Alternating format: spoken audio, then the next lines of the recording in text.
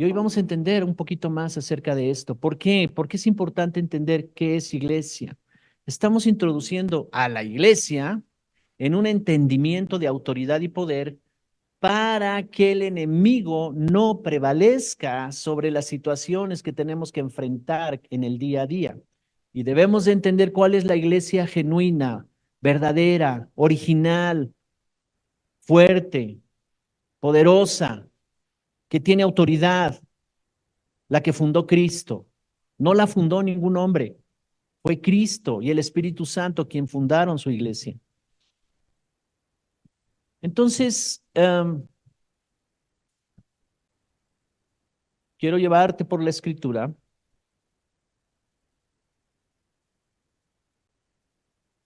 Bueno, primero quiero pedirte que, creo que está de este lado, puedes echar una mirada ahí y dice que nuestra visión es anunciar y enseñar las verdades de la palabra de Dios, que hacen tres cosas fundamentales: transforman vidas, reforman familias y tienen el poder de cambiar a una sociedad, ¿verdad?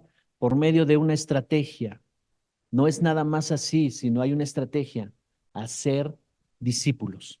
Todo aquel que está siendo enseñado, todo aquel que está siendo impartido de esa verdad, todo aquel que está siendo un discípulo, va a tener la capacidad de pasar por ese proceso de una vida transformada, una familia reformada y por ende, como consecuencia, una sociedad también transformada, ¿verdad? Cambiada. La única manera que tenemos para cambiar una sociedad es que de familia por familia se vayan convirtiendo de una familia disfuncional a una familia funcional, de una familia que estaba estancada a una familia que crece, que avanza, que tiene resultados, que está produciendo fruto. Así que nuestra misión es esa, ¿verdad? Nuestra visión es esa. Y, y queremos formar discípulos que sean de inspiración y de influencia, ¿verdad? Para que el reino de Dios se establezca en las personas y ellos puedan también formar a otros. Esa es nuestra misión. Y lleva tiempo, por supuesto. Antes yo pensaba que discipular era tener un grupo de 100 personas y darles enseñanza, enseñanza, enseñanza. Eso no es discipular, aunque eso sirve, por supuesto. Pero discipular es entrenar personas en grupos pequeños y entrenarlas en la fe y en las cosas que habla la Biblia que pueden ser un resultado para nosotros. Así es que yo te quiero pedir que vayamos al principio, Mateo capítulo 16, versículos del 13 al 18. Voy a leer la versión Reina Valera contemporánea.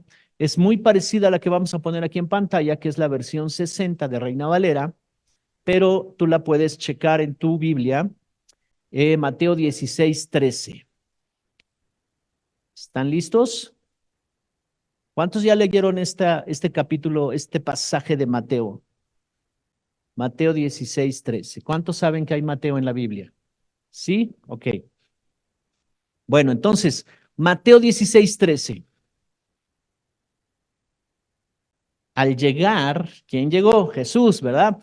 Al llegar a la región de Cesarea de Filipo, Jesús preguntó a sus discípulos: ¿quién dice la gente que es el Hijo del Hombre? Refiriéndose al mismo, ¿verdad? Ellos dijeron: unos dicen que es Juan el Bautista, otros que es Elías y otros que es Jeremías o alguno de los profetas. Y él les preguntó: ¿y ustedes quién dicen que soy yo? Mira, nada más, aquí me detengo tantito, vamos a seguir, pero ¿cuál es la forma de cuestionar o de plantear la pregunta? Primero dice: ¿qué dice la gente acerca del Hijo del Hombre? Esa fue una pregunta. Y la otra pregunta dice: ¿y ustedes qué dicen acerca de mí?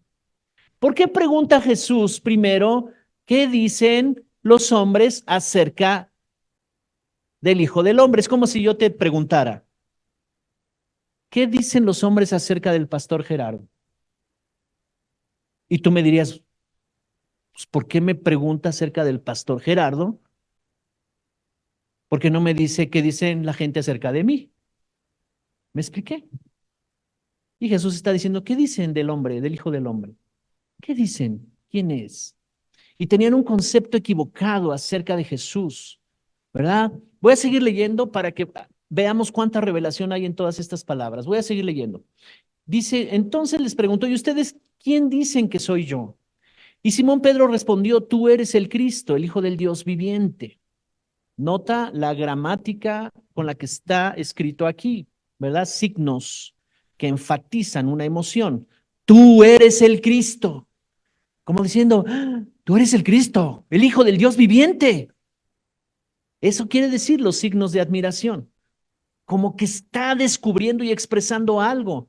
Y luego dice el verso 17, entonces Jesús le dijo, bienaventurado eres, Simón, hijo de Jonás, porque no te lo reveló ningún mortal, sino mi Padre que está en los cielos. Y yo te digo que tú eres Pedro, y sobre esta roca edificaré mi iglesia, y las puertas del Hades no podrán vencerla, o tu versión dice, no prevalecerán sobre ella, ¿verdad? Entonces, qué interesante narrativa nos está mostrando aquí Mateo acerca de este pasaje donde Jesús se lleva a sus discípulos a este lugar de descanso llamado Cesarea de Filipo y les pregunta, ¿qué dice la multitud acerca del Hijo del Hombre? Y ellos dicen, bueno, hemos escuchado que piensan que es Juan el Bautista o alguno de los profetas, Elías, Jeremías o alguno de los profetas. Había una influencia, un sincretismo. ¿Qué sincretismo? Una combinación de pensamientos, filosofías y creencias religiosas combinadas, mezcladas, y todo eso, ¿verdad? Que estaba entre la multitud combinado y mezclado. De esa manera ellos querían describir a Cristo. Había entre ellos un grupo llamado los saduceos, que ellos creían en la reencarnación. Entonces había una creencia muy firme de que había reencarnación y que ese hombre llamado el Hijo del Hombre o Jesús debía haber resucitado o debía haber reencarnado en alguno de los profetas. Era un concepto equivocado. Cuando alguien camina lejos de Cristo, puede creer en Él, puede ver lo que Él hace, inclusive tal vez alguna vez vino a la iglesia, vio un milagro, vio que se resolvió su problema económico, su situación de salud, y luego se fue y nunca más volvió, nunca más quiso ser discípulo, nunca más quiso comprometerse, ya no quiso ser cristiano tal vez, ¿verdad? Y se fue. Y se alejó. Y entonces en esa lejanía, él dice, yo conozco a Cristo. Y empieza una mezcla de ideas y de creencias equivocadas que establecen conclusiones equivocadas en esa persona acerca de Cristo.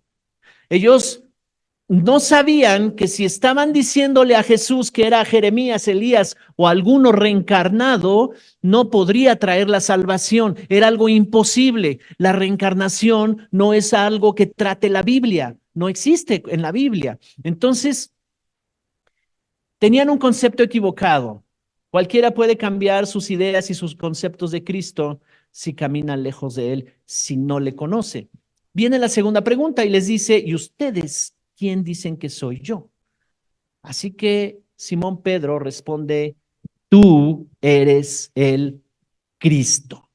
No le dijo, tú eres el hijo de José el carpintero, tú eres el hijo de María, tú eres el que está allá en la carpintería ayudándole a su padre. No, dijo, tú eres el Cristo, el Hijo del Dios viviente. Y Jesús le dice, tú eres bienaventurado, Simón, hijo de Jonás, porque esto no te lo reveló ningún mortal, sino mi Padre que está en los cielos. Y viene el 18 y dice, yo te digo que eres Pedro, ahora vas a ser Pedro de hoy en adelante, dejarás de ser Simón y ahora eres Pedro. Y sobre esta roca, mi iglesia, ¿verdad?, será edificada. Bien, vámonos por partes entonces. ¿Qué es lo que está diciendo aquí? Primera conclusión, todo aquel que camina alejado de Jesús no le conoce. Todo aquel que camina alejado de Jesús tendrá conclusiones equivocadas de Cristo. Todo aquel que camina alejado de la iglesia, no se disipula, no se involucra, entonces entrará el espíritu de error. Entonces tendrá conceptos totalmente equivocados acerca de Cristo. A lo mejor conoció algo por revelación, en el tiempo en que fue intensa o cercanía, ¿verdad? Cercana su relación y conoció algo. Pero te voy a decir una cosa poderosa, la revelación es progresiva. No nos podemos quedar en los 90s, en los 80s, lo que Dios reveló en aquellas décadas ya fue progresivo. Hoy Dios está revelando cosas nuevas. Hoy Dios está revelando su corazón a esta nueva generación. La estrategia de Dios para este tiempo. Necesitamos al Cristo revelado en la iglesia. Si tenemos una iglesia que camina con el Cristo revelado, caminará con una revelación de identidad poderosa, caminará con una revelación de autoridad y poder impresionante. Sus resultados se dejarán ver. Podremos vencer, como dice aquí, sobre esta roca edificaré. Nunca dijo, está edificada la iglesia, porque si hubiera dicho, está edificada la iglesia, está terminado, no hay más que hacerle.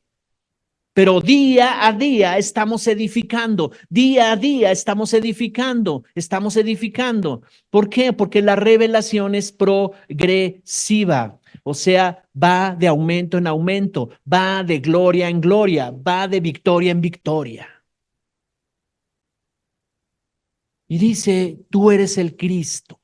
¿Qué es el Cristo? La palabra Cristo viene del griego Christos, que quiere decir el ungido, con el poder del Espíritu Santo.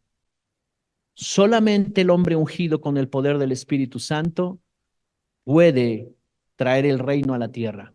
Solamente ese hombre ungido con un llamado a salvar al mundo solamente puede morir o resucitar al tercer día y traer vida a todas las generaciones, las que existían y las venideras. Solamente el Cristo puede cargar con el pecado de todas las personas, con la maldad de todas las personas, y Dios puede poner en él todas las enfermedades y llevarlas a la tumba en su propia muerte y resucitar al tercer día para darnos una vida nueva. Solamente el Cristo puede hacernos nacer de nuevo y darnos una nueva esperanza. Solamente el Cristo puede traer edificación, sanidad y restauración a nuestras vidas. Solamente el Cristo puede darnos al Espíritu Santo para que more dentro de nosotros. Tú eres el Cristo. Impresionante. Estaba diciendo Pedro algo poderoso. Eres el Cristo. Tú eres cuyo poder del cielo reposa sobre él para salvar, para sanar, para liberar. Se acabó el imperio del diablo, se acabó el imperio de las tinieblas. Ahora podemos ser libres. Tal vez Pedro no lo entendió en su máxima dimensión. Es más, nosotros todavía no lo podemos entender en su máxima dimensión. ¿Cómo es posible que estando perdidos, Él nos dio salvación? Tú eres el Cristo. Y entonces Él le dice, ya dejarás de ser Simón. Entonces, primera conclusión, los que habían visto de lejos a Jesús hablar y hacer milagros no tenían una percepción correcta de Él y pensaban cosas incorrectas. Si no conoces cercanamente a Jesús, tendrás errores en tu fe y no podrás edificar con buenos cimientos y el enemigo te engañará. Pero Dios le dice a Pedro, Él es el Cristo, ¿ok? El ungido, el que tiene el poder. Jesús le dice, tú eres ahora Pedro. Simón significa vara frágil. Había un tipo de ramas que crecían en esas zonas desérticas, que eran muy frágiles y cuando soplaba el viento fuerte, ibas por los caminos, ¿verdad? Según la narrativa de las culturas de ese tiempo. Y en los caminos se veían ramas rotas por el viento. No sé cómo al papá de Simón se le ocurrió ponerle Simón, porque los nombres definen el destino de esa persona. Entonces le pusieron Simón, el frágil. ¿Cómo se va a llamar tu hijo? El frágil, el que cualquier cosa lo quiebra. ¿Cómo se va a llamar tu hijo? el mecha corta. Va a sufrir mucho, de cualquier cosa se va a encender. ¿Cómo se va a llamar tu hijo? El que le atemoriza cualquier cosa, el lleno de miedo. Y entonces en la escuela le van a decir, mira, allá va el que es el miedoso, el mecha corta, porque el nombre define el destino. Ahora, si tú lo viste en la televisión, le vamos a poner como ese actor, seguro mi hijo va a ser igual de guapo. Mejor checa qué significa el nombre, ¿verdad? Y entonces Simón deja de ser Simón y ahora se convierte en Pedro. ¿Ok? Piedra pequeña significa Petros, resistente, pero es parte de un gran edificio, Pedro. Ok, entonces, ¿qué es revelación?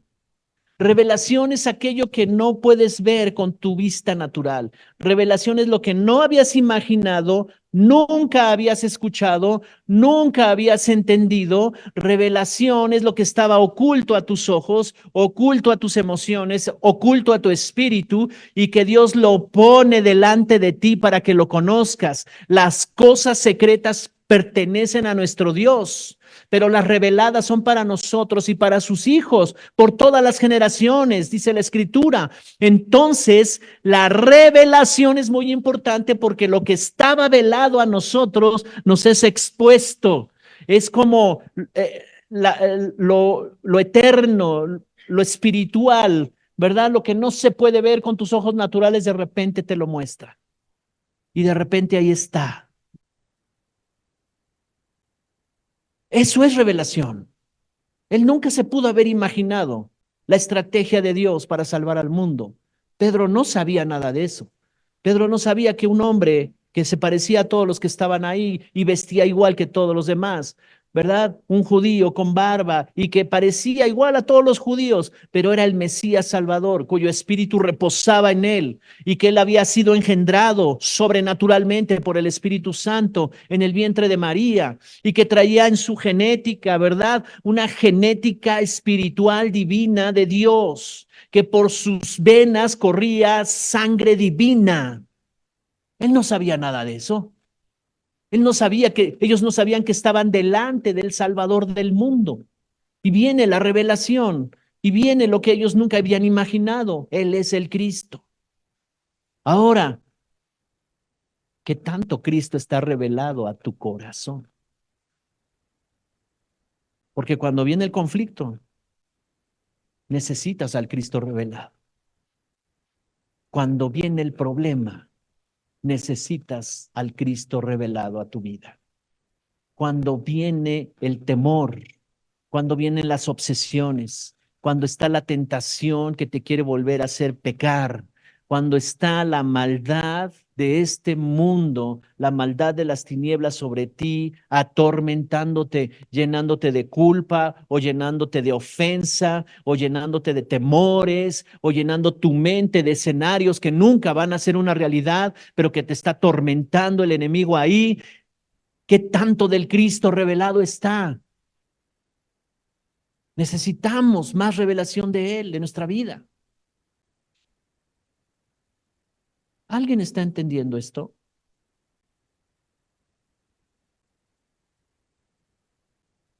Sobre esta roca edificaré mi iglesia. ¿Cuál es el cimiento? ¿Quién es la iglesia? La palabra iglesia que aparece aquí es la palabra eclesía, con K, eclesía. Y la iglesia, la referencia que habla Jesús acerca de la iglesia, se traduce como asamblea, la reunión de los que gobiernan. Ese es el significado. Y los griegos cuando se reunían, ¿verdad? Sus gobernantes o sus líderes le llamaban eclesía. Y Jesús utiliza esa misma palabra y dice toda la asamblea de los hijos de Dios, los que se reúnen, tienen autoridad para determinar autoridad y gobierno sobre sus casas, que el reino de los cielos se establezca. Nos reunimos no solo para escuchar, no solo para adorar a Dios, nos reunimos para definir en nuestra identidad el gobierno que se va a determinar en nuestros hogares. Las tinieblas no prevalecerán. Las puertas del Hades no prevalecerán.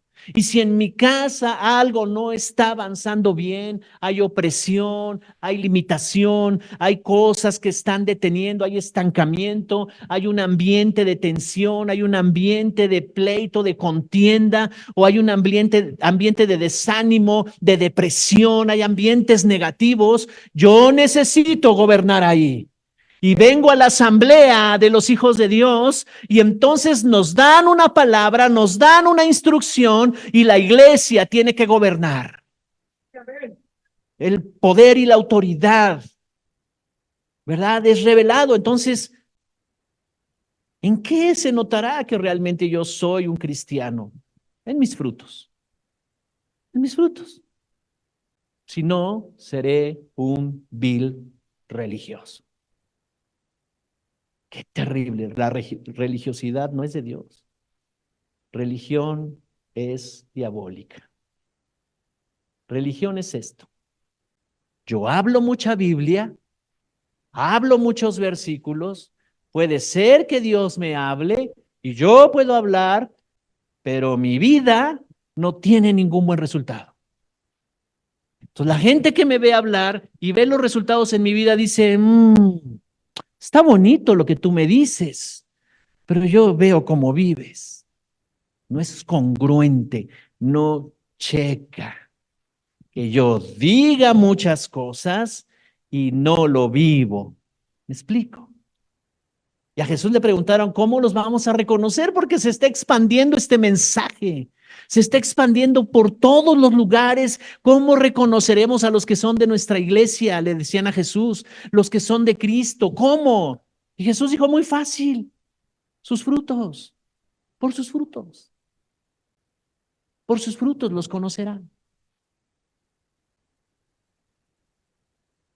Si conoces a Jesús cercanamente, tendrás conclusiones grandes acerca de Él. Y si tienes conclusiones grandes acerca de Jesús, tendrás resultados grandes. Ahora, voy a ponerme en la parte de eclesía, reunión de personas convocadas para un fin, ¿verdad? Se usaba este término y se le nombraba asamblea de los que lideraban. Se tomaban las decisiones para los destinos de la sociedad. Ahí se reunían los líderes, se reunían los que tenían, los gobernadores y líderes de cada territorio de los griegos que se habían extendido para abarcar más en su imperio, ¿verdad? En sus conquistas. Se reunían y le llamaban la eclesía, la iglesia. Era la junta de gobierno, la asamblea de los líderes, los que gobiernan. Eso es la iglesia. Nosotros somos la iglesia. Y Pablo explica también un poco más acerca de cómo opera la iglesia. Y la iglesia somos nosotros, somos las personas. Este lugar es necesario, ¿verdad? Lo rentamos para que nos reunamos la asamblea, pero la iglesia no es el lugar. La iglesia somos la reunión de las personas, hijos de Dios. ¿Ok? ¿Sí? Somos la iglesia. Y dice aquí Jesús que la revelación del Cristo es el cimiento de la iglesia. Sobre esta roca edificaré mi iglesia. Entonces, la reunión, la asamblea, los que nos reunimos aquí, debemos de llegar a conclusiones poderosas de quién es el Cristo, el Hijo del Dios viviente. Y en la medida que tú vayas entendiendo y yo vaya entendiendo que ya tengo una nueva identidad, que he nacido de nuevo, que las cosas viejas pasaron y que aquí todas son hechas nuevas, mi pasado ya no tiene autoridad sobre mí. La tristeza del pasado realmente se acabó. El Cristo revelado gobierna. ¿Me explico? Yo fui muy enfermizo en el pasado, ¿verdad? Hacía aire, me enfermaba, hacía sol, me enfermaba, llovía, me enfermaba, no llovía, me enfermaba. Y luego yo decía, oh, ahora no me he enfermado. ¿Qué pasa? ¿Qué me está pasando? ¿Por qué no me enfermo? Y a los 2 días me enfermaba. Ah, ahora sí, ya. ¿Quién puede vivir así? Cuando Cristo fue revelado a mi corazón, se acabó la enfermedad.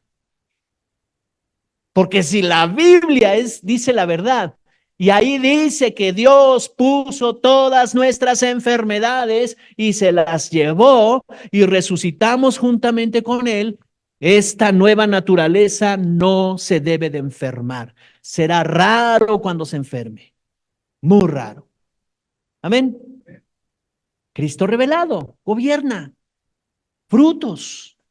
En esto es glorificado mi Padre, que vayan por la vida llevando mucho fruto, dijo Jesús. ¿Cuál es el fruto que estamos llevando? La iglesia no es para apagar fuegos, es al contrario, hay que encender el fuego del Espíritu. La iglesia no es, bueno, ahora pastor, este año tengo este problema, a ver si Dios me lo resuelve. Ok, terminó el 2024 con victoria. ¿Qué pasó? Oh, Dios es bueno, me resolvió este problema. ¿Pero qué cree? Voy a empezar el 25 y tengo otros problemas. Y así me la puedo pasar toda la vida cristiana, que Dios resuelva mis problemas. Esa no es la iglesia. Yo los he puesto para que vayan y lleven mucho fruto. Amén. Esa es la iglesia. Y entonces dice ahí, si ustedes tienen revelado al Cristo, si mi iglesia está siendo edificada en la revelación del perdón de los pecados y todas sus consecuencias, sus beneficios, que vivas como un perdonado, que hables como alguien que se le perdonaron sus pecados, que hables como un justo, que vivas como un justo, que decidas en la vida como alguien que ya fue justificado, que ya tiene una nueva naturaleza, que tiene autoridad y poder, sus decretos tienen poder, comienza a edificar en la vida de otros. Entonces dice, las puertas del Hades no prevalecerán sobre de ella. Y es ahí donde nos hemos atorado un poquito. ¿Qué es el Hades? El Hades es la muerte. Todos los elementos o instrumentos de muerte que están en manos del enemigo.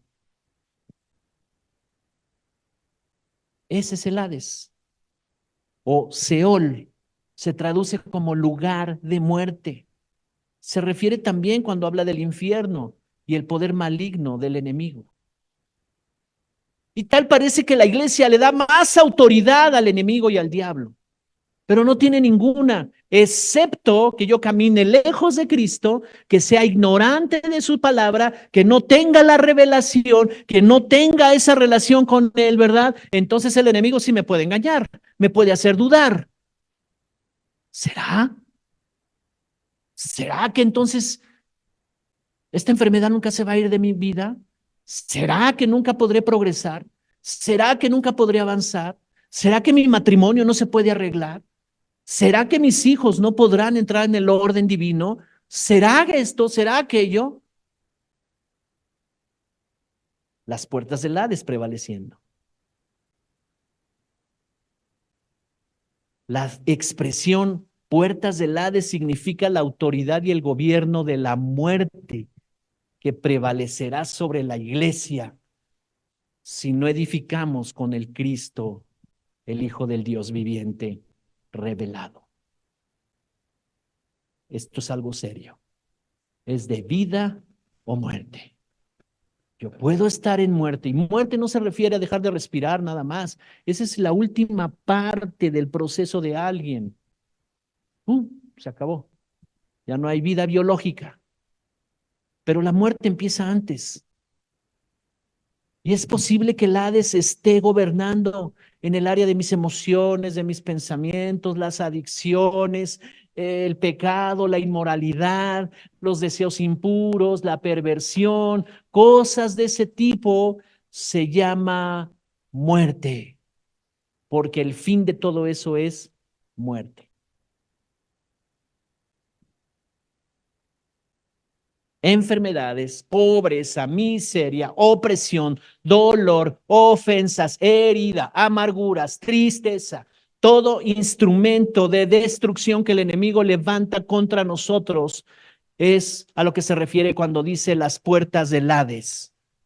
Puertas en la Biblia son accesos legales. Sabes, el mundo espiritual es un sistema legal. Opera bajo principios y fundamentos legales. Y tenemos que aprender a pensar como un abogado. Tenemos que aprender a pensar en términos de legalidad, de estar delante de Dios legítimamente. Por eso nos justificó. Y si yo entiendo al Cristo revelado, entiendo que he sido justificado. Mm. Estas son las bases, ¿verdad? Porque tenemos que aprender a ir al tribunal de Dios y cómo deshacernos de todas las cadenas, ligaduras, ataduras, maldiciones, linajes que vienen desde nuestros antepasados, que practicaron una serie de cosas obscuras y feas, ¿verdad? El bisabuelo, el tatarabuelo, allá, esos antepasados, y que no se terminaron cuando ellos murieron. El enemigo continuó a la siguiente generación. Éxodo 20 dice, no tendrás dioses ajenos delante de mí, ni te inclinarás a ellos para adorarlos, ni venerarlos, porque yo soy el Señor tu Dios, fuerte y celoso, que visito la maldad de los que me aborrecen hasta la tercera y cuarta generación. Y si en la tercera y cuarta generación no se resolvió el asunto espiritual, otras 3 generaciones más, tercera y cuarta. Y si ahí no se resolvió, otras más, cuarta generación. Y así vamos. Dios me reveló que en todos mis linajes de mis antepasados no se había levantado un solo cristiano hasta mi generación. Qué tremendo, ¿verdad? Qué responsabilidad, porque yo al ver a mis hermanos, al ver a los hermanos de mi madre, los de mi padre no los conocí, pero a ver a los hermanos de mi madre, ¿cuántas maldiciones vi ahí? Enfermedades, accidentes, suicidio, muertes violentas, todos los hombres.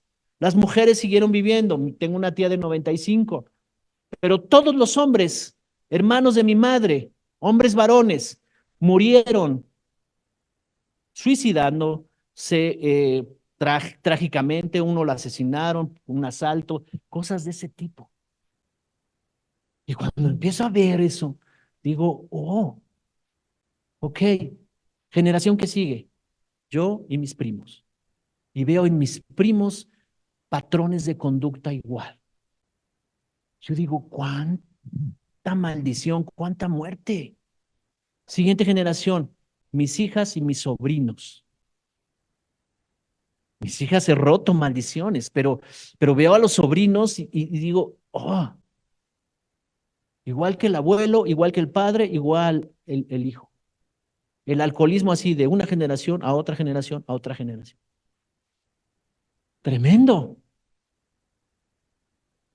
Ahora, mis sobrinos, uno de ellos ya tuvo hijos, entonces ya los bisnietos, esa bebé que le espera. No se necesita ser muy espiritual para darse cuenta de las maldiciones generacionales y cómo rompemos con eso. El Cristo revelado es donde nosotros podemos edificar el reino de Dios. Y no importa que el enemigo haya venido de generación en generación en generación. Es más, no importa que ya se pasó a la siguiente generación. Ya me rebasó tal vez y veo en mis hijos o en los nietos ciertas características de maldición, una predisposición a las enfermedades, a los vicios, a la inmoralidad, ese tipo de cosas. ¿Te das cuenta por qué necesitamos que la asamblea se reúna, que no se quede en casa, que vengamos a los discipulados, que practiquemos la liberación, que practiquemos el romper actas legales que el enemigo levantó en contra de nosotros? ¿Por qué? Porque las puertas del Hades están prevaleciendo y no queremos que eso suceda. Tenemos suficiente Dios, tenemos suficiente Cristo revelado a nuestros corazones para que eso no prevalezca más. Amén. ¿Alguien está siendo retado hoy? ¿Alguien le está hablando el Señor?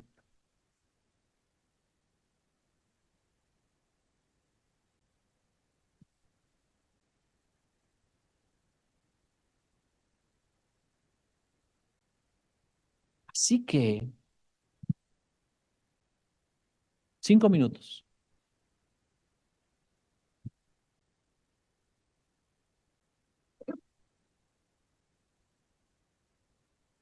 Nuestro propósito es que te conviertas en un discípulo. Y yo hago el llamado aquí todo el tiempo. Acérquense, intégrense a un grupo. La pandemia nos dejó una manera de operar en donde debemos ir transicionando. Porque entró un argumento. Bueno, es que vivimos en una ciudad tan complicada y todos vienen de su trabajo y es difícil que nos reunamos como antes lo hacíamos presencialmente. ¿Cuál era la diferencia antes de pandemia? Lo hacíamos en las casas. No teníamos una sola reunión en línea, todas eran en las casas. Grupos de casa, grupos de familia. Orábamos ahí, la presencia del Espíritu Santo. Ahí sanaban las personas, había sanidad, había cercanía, había un discipulado personal. ¿Cuál era la diferencia? ¿Verdad? Que hoy nos está costando trabajo hacerlo. Porque decimos, bueno, la gente viene de lejos de su trabajo, mejor hay que esperarnos, todavía no pasa bien la pandemia, ya pasó, ya pasó. Es verdad que todavía sigue el virus, pero cada vez está más débil. Algunos que se han enfermado ni cuenta se han dado porque no tuvieron síntomas. La iglesia del Señor cada día es más fuerte, su sistema inmunológico cada día es más fuerte. ¿Por qué permitir que eso nos detenga? A ser discípulos es lo que nos llamó a ser el Señor.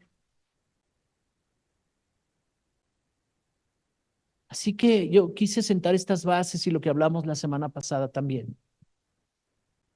Porque Dios nos está llamando a entrar en lugares donde sí vamos a golpear fuerte a las tinieblas. Ya lo estamos haciendo.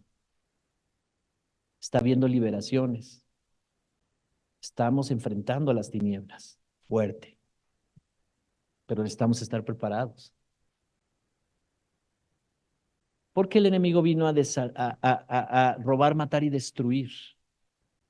Pero Él vino a darnos vida en abundancia.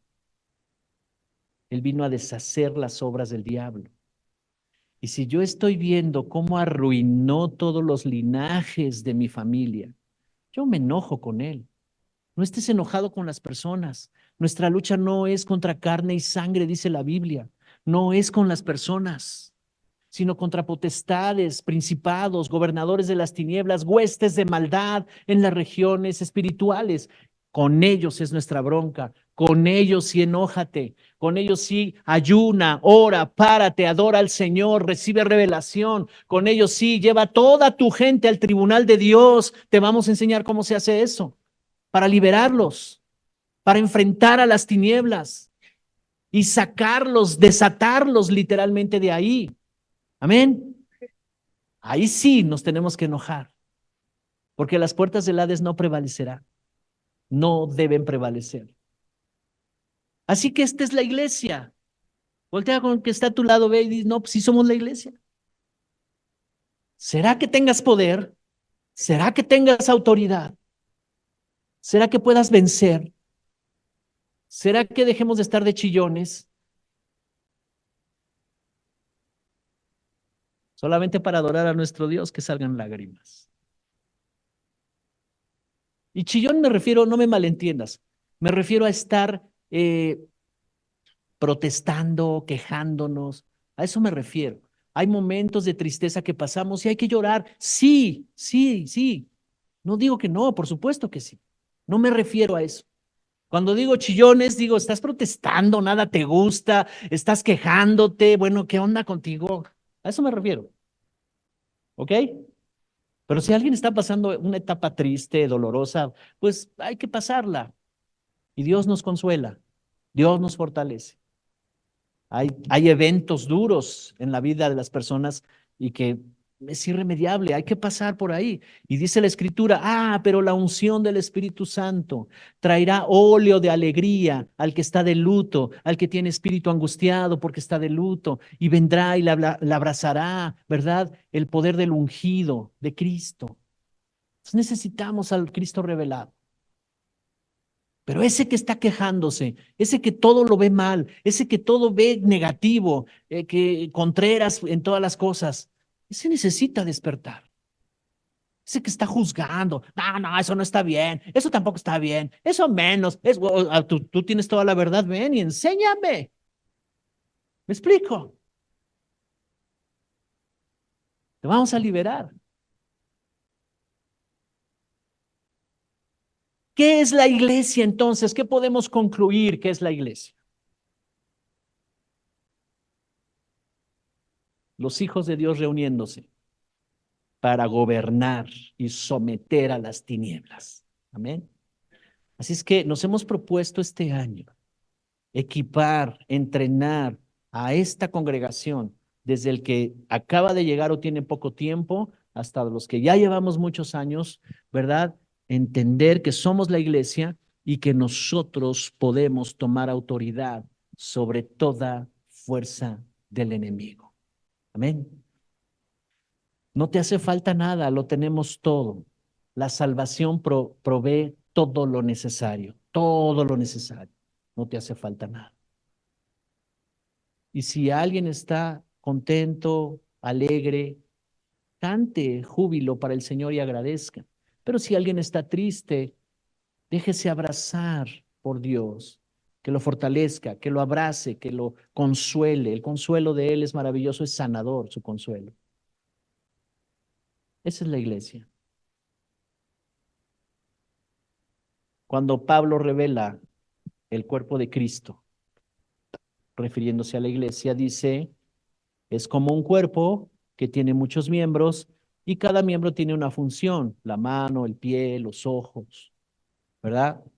Pero la cabeza es Cristo, ¿verdad? Es como si este ojo estuviera de necio. Es que yo quiero tu anillo, mira qué bonito está dorado y bien bonito. Yo lo quiero. Pues es para el dedo. No, yo lo quiero. Ok, está bien. Ahí va. Así voy a andar por la vida. No, porque no, el anillo no es para ponérselo en el ojo, aunque algunos se ponen unas cositas aquí, pero eso no es. ¿Me expliqué? El anillo va aquí, tiene una función. Dicen, soy casado. Hey, chicas, no se acerquen, soy casado. No, no tiene esa función, aunque sí, pero está dando testimonio, ¿verdad? Que tengo un pacto, soy casado, todo eso. ¿Ok? Entonces, cada parte del cuerpo tiene su función. Si yo le digo a mi brazo, ¿verdad? Estamos tan perfectamente diseñados que mi cerebro absorbe, ¿verdad? Las imágenes y lo que está pasando a mi alrededor, lo capta por medio de los ojos y mis sentidos. Y si viene un balón hacia mí que acaban de chutar fuertemente, yo veo, reacciono y pongo mi brazo, ¿verdad? Bueno, así yo lo he hecho, lo hago como soy muy ágil, ¿verdad? Y entonces pongo mi brazo, me salvé. Hay algunos que nada más lo ven venir, como que el mensaje del cerebro al brazo no llegó a tiempo, ¿verdad? Y no hubo lo que llamamos reflejo. ¿Qué te estoy diciendo con esto? Si Cristo es la cabeza y es el que da la instrucción, no le hagas como ese que nada más vio el balonazo y, ¿verdad? O sea, reacciona rápido a la instrucción, ¿sí? Hay unas, es a la velocidad de la luz, ¡pum! Los transmisores, ¿verdad? Que mandan el mensaje y el cerebro dice, mueve tu bracito porque viene una amenaza y protégete. Eso es lo que dice el cerebro. Y entonces mi brazo reacciona. ¿Pero quién lo hizo? El brazo, que está conectado a el cerebro. ¿Me expliqué? Entonces, si yo soy parte, miembro del cuerpo de Cristo y estoy conectado a la cabeza, cuando viene una instrucción, reacciono y lo hago. No estoy pensándola, lo hago. Así funciona el cuerpo. Instrucción, ¿lo creíste? Muévete, hazlo, hazlo.